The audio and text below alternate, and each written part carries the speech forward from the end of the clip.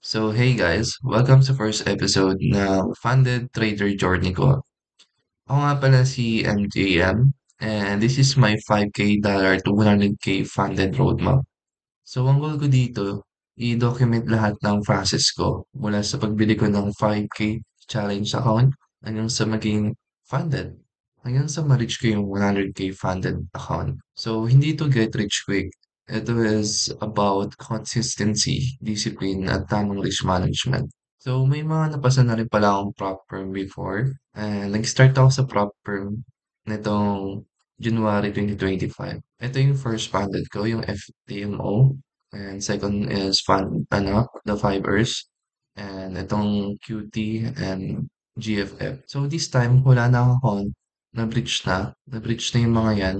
And dito, i-start ko na i-document yung journey ko. Alam ko, maraming traders dyan na gusto rin magsimula sa frog firm challenge. Pero, madalas nauubos yung capital nila dahil kulang sa plano. Kasi isa rin ako dun before. Kaya now, in-start ko tong journey ko na pagdo-document para ma-build ko rin yung discipline ko at makita ko din yung mga errors ko sa mga trades ko and emotions ko and so on. Kaya ginawa ko tong roadmap para ipakita step by step kung paano ko hawakan yung challenge to funded stage at may skill ko yung 5K dollar challenge account ko hanggang sa ma-reach ko yung 100K funded. So, sabay-sabay natin aralin yung process. Hindi lang para manalo pero para tumagal sa trading game. So, dito sa stage 1, challenge phase. Dito, magsisimula ako sa 5K dollar challenge account and mag-release ako ng 0.8% per trade. Tapos, naka-fix RR ako. Ang rewards ratio ko is 2RR. And the target profit naman sa phase 1 is 8% and phase 2 is 5%.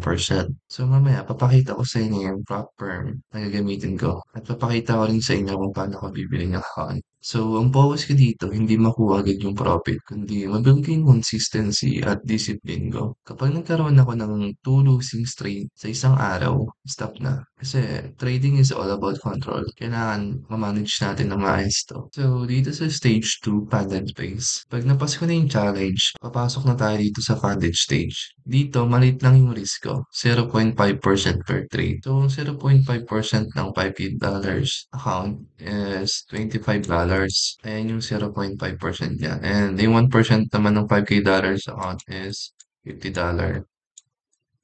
So, monthly goal lang natin is 10. Hindi siya mahirap kunin sa loob ng isang buwan. Kaya pag na-reach na natin yung 10 RR in less than a month, mag-i-stop na tayo and magsisecure na tayo ng profit. So, ang 5% profit ng 5K funded account is $250.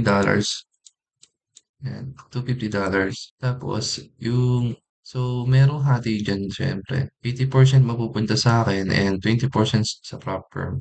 So, ang 80% sa $250 is $200. So, ayun na yung fix na makukuha ko pag na-reach ko na yun. So, pero pinaka-importante, protect natin yung capital natin kasi once maubos yan, back to zero. And dito naman tayo sa stage 3, payout and reinvest cycle. Pag dumating na yung first payout ko, importante kung paano mo ito handle syempre. So, ito, hindi ko ito ginawa before kaya na-GG tayo, naubos tayo, na back to zero tayo. So, ganito gagawin ko. 24, pag withdraw ko ng 100% payout ko, which is yung kanina, yung $200,000, and 20% reinvest by new challenge. Tapos, yung 20% mapupunta to sa savings account ko. And hindi ko gagalawin to savings account ko. Tapos, yung 30% sa buffer, pang safety net ko lang. And dito naman sa 30% for personal things ko, syempre. Kailangan, pag may payout, may reward tayo sa sarili natin. Treat natin sa sarili natin. Unwind, ganun. Para ma-fresh yung utak natin. Hindi lang puro trade, syempre. And ito yung example. Sa $200, 20% is $40, 20% is $40 savings, and 30% buffer is $60. And professional is $60. So, not bad na. So, kaya yung reinvest ko sa 20% is $40 kasi sa prop firm na kukunin ko sa the 5% first, if alam niyo yun, mamaya papakita ko sa inyo din yun. Kasi ang 5K challenge account doon worth $39. So yun, sakto yun. So punta na tayo dito sa stage 4, sa scaling plan. Every payout, bibili ako ng panibagong challenge. So ang goal ko dito is to build multiple funded accounts hanggang marating ko yung 100K total funded capital. Pag tumataas na yung profits natin, babawasan ko na yung reinvest percentage ko from 20% to 10%. Kasi pag na-reach na natin yung 10K funded, 20K funded, syempre, matataas na yung payout natin dyan.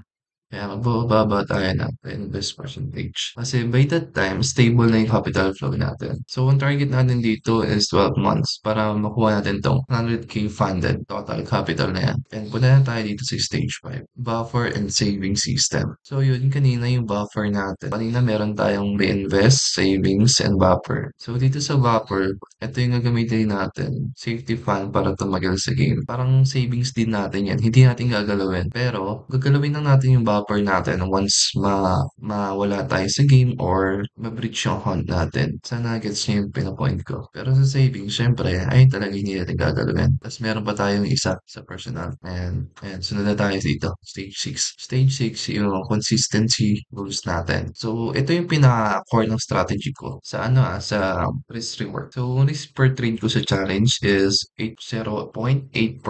So, ang 0.8% ng 5K challenge account, $40. And I think $40 yung 0.8% sa 5K challenge account. Tapos, pagdating naman sa funded stage na, ang risk per trade ko na dito is 0.5%. $25 yan. So, ang rewards ratio ko, nakafix ako ng 2 RR rewards ratio. Max trade ko lang per day is 2. Ang max weekly loss ko naman, 5R. So, equivalent yan sa 5 setup. Pag na-SN na yung 5 setup ko, nang hindi pa natatapos ng isang week, stop na ako. Stop na ako niyan, tapos next week na ako. And yung journal ko yung every trade ko.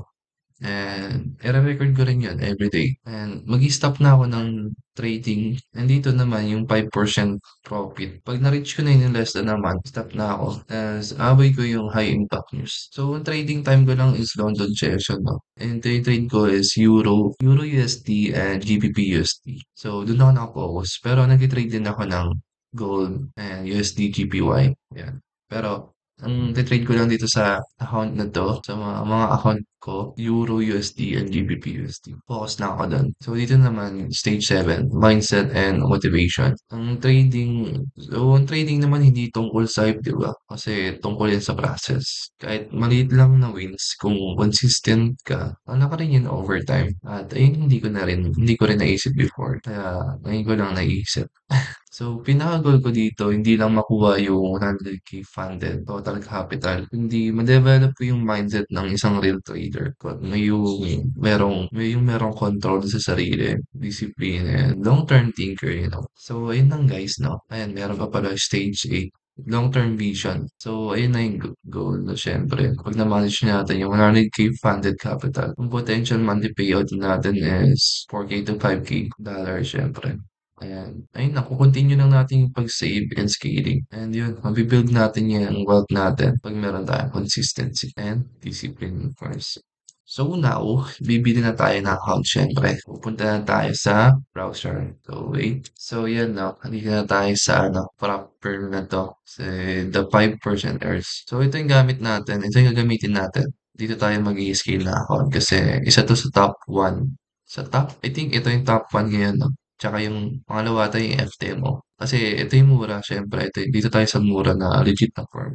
So ito yung afford natin for now. And ito, makikita nyo dito, ang dami ko na ng-bridge na account. No? May isa ako naging funded account dito. Isa lang, 5K. And ang lahat, marami na ako na-bridge. Meron ako 5K, 10K, 5K, and so on. So, punta tayo dito. Bibili na tayo sa new order. And dito tayo sa Forex. Siyempre, dito tayo sa second step, phase 1 and phase 2. Para meron tayong 10% max drawdown. So, pinaka-minimum account nila is 5K account. So, sana nakikita nyo, no? So, zoom ko konti. Ayan. Ayan, naka-zoom lang. So, pinaka-minimum account nila dito is 5K account. Dollars yan ng 5K dollar account. So, sa phase 1, ang profit target is 8%. Tapos yung max drawdown natin yan, syempre, 10%. And 10% ng 5K is $500. So, yun yan. Sa phase 2 naman, profit target natin is 5%. So, sa funded, ito na yung funded. Pag napasa natin yung phase 1 and phase 2. So, profit target is 10% per scaling. Hmm. I think pag funded ka na, meron ka ng 5%, pwede mo na i-withdraw yan. Siguro yung 10% nila, pag naka 10% profit ka, pwede ka nang, pwede ka nang pumasok sa scaling account. Kumbaga yung 5 hours na mismo magdadagdag ng funds mo, pa konti-konti. So, dito tayo sa MetaTrader 5. Ito yung gagamitin natin. So, ayun nga, $39 and $39. Di pala kita, no? Nakaharang yung mukha ko. Ayan, $39. So, ito meron pa pala silang mga 10K, max nila is 100K. Pag bumili ka na account, 100K is $545. So, dito lang tayo muna sa 5K. Kasi dito tayo mag-i-start ng challenge. So, magbabay na ako. So, yun all set na. No? Nakabili na tayo ng account. So, lalabas na yun dito sa dashboard natin. And let's see. Ayun. So yun, meron na tayong 5K challenge ako. And ito na yung pinaka-dashboard niya. So today is November 5, 12:41 AM. And so madaling araw na ngayon. So mag-start tayo ng trade every London session. 3 PM to 6 PM page time yun na. So i-journal ko yun at i-record ko.